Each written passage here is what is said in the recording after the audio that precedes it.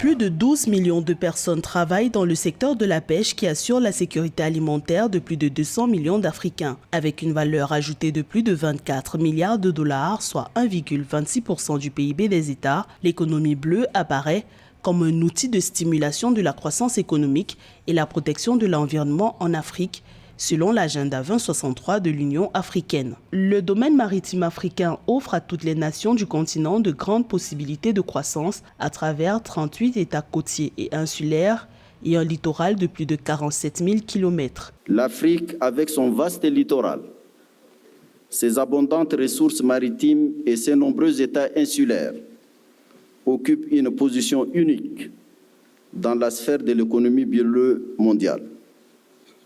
Nos océans et nos mers sont non seulement une source de subsistance pour des millions de personnes, mais ils constituent également un pilier essentiel du développement durable et de la résilience climatique.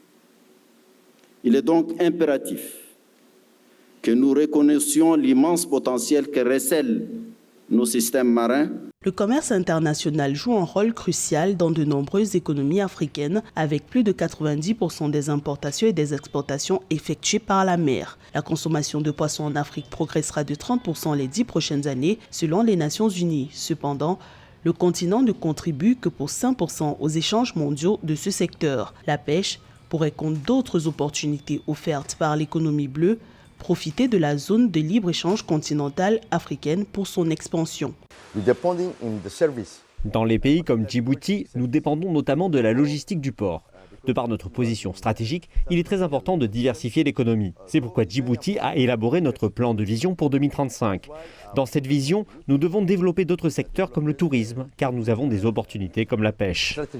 L'essor de l'économie bleue se heurte à des défis environnementaux importants. Il est estimé que plus de 8 millions de tonnes de plastique achèvent leur course chaque année dans la mer, causant un empoisonnement tellurique des produits halieutiques. Par ailleurs, les océans et les mers absorbent environ 25% des émissions supplémentaires de dioxyde de carbone dues aux combustibles fossiles. Les pouvoirs publics prévoient des mesures accélérées fondées sur les principes d'équité, de résilience et de gestion de l'environnement pour une gestion durable et résiliente de l'économie maritime sur le continent. Poursuivant nos engagements en faveur de la protection de la biodiversité et des ressources des océans en luttant contre la pollution plastique, mais aussi en renforçant la lutte contre la pêche illégale dans un cadre concerté avec l'ensemble de nos partenaires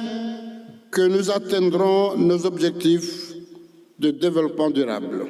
L'Union africaine a élaboré la stratégie africaine intégrée pour les mers et les océans à l'horizon 2050. Elle offre un vaste cadre de protection et d'exploitation durable de l'espace maritime africain pour la création de richesses. La mise en place de la zone exclusive maritime commune de l'Afrique est l'un des objectifs de la stratégie africaine intégrée pour les mers et les océans. Grâce à l'installation de cette zone, l'Union africaine se verra constituée comme une entité côtière inclusive.